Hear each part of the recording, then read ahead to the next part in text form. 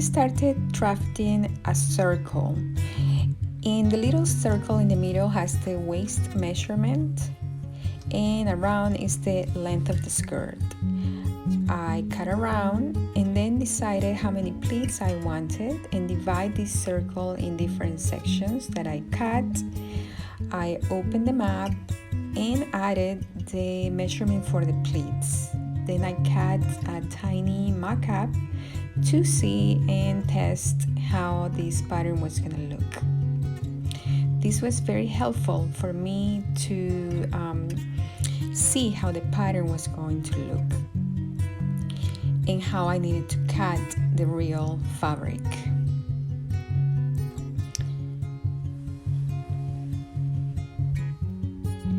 The front of the skirt is shorter than the back.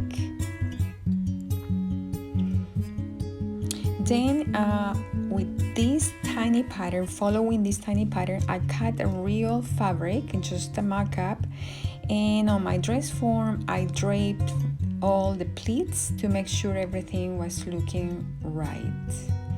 This part here was also very helpful to see how everything was looking. The mock-up turned into my pattern to cut my skirt. I have here written P for the pleats, so I knew how to mark my fabric, and here's my little map.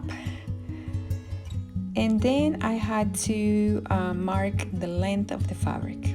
And of course, my little dog jumped in there. Here I had to trace and then cut the fabric. It has 4.5 yards, this skirt. Then I brought the fabric onto my dress form, and again I started to work on the pleats, pinning them down and just adjusting anything before sewing. So the first step was sewing the pleats down by machine. I did basted them and then brought them to the machine. Then I had to make waistband, and I had to add closures. Then I made a belt, and then I decided to make another belt. Finishing the hem was also a part that took a long time because of the amount of fabric. For a skirt like this, the best thing is to do a roll edge hem. That is not difficult to make. You have to have your hem marked and with chalk first. Then you bring your fabric to the ironing board, and with the iron you're gonna crease that line, your marks of your hem line. This line that you crease with the iron will be the one that will guide you to do the next sewing steps. This is very important because this line, this crease, is what you will follow to do a nice roll edge hem. So next you have to move over a little bit the fabric to kind of like extend it over from the creased line. So you're gonna have to fold it, and you have to bring that to the sewing machine and do a stitch. So here I'm just working and showing you how this crease line is the guide, and then you have to move over like 1/8 of an inch or 1/4 of an inch, depending how much you can do. The thinner you extend the fabric, the thinner your roll edge hem is going to be. So then you stitch down by machine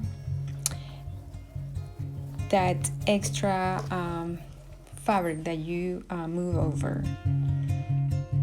Then you have to cut the fabric that is the extra fabric. And here I am pulling all the fabric that I cut.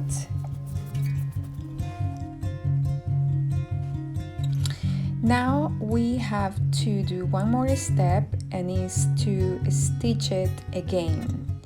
This time, because we don't have the extra fabric in the back, and we stitch on the back too, like that fabric that we moved over a little bit.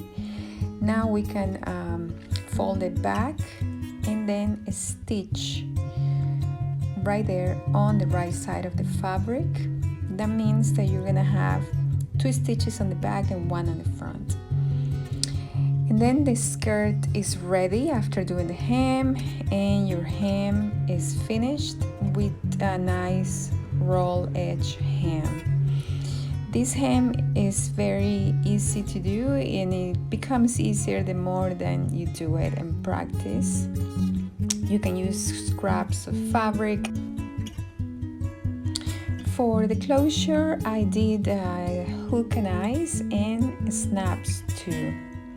This skirt crosses over, so I did those closures to secure it even better. The skirt turned out very nice. I really liked the way the pleats fell and moved.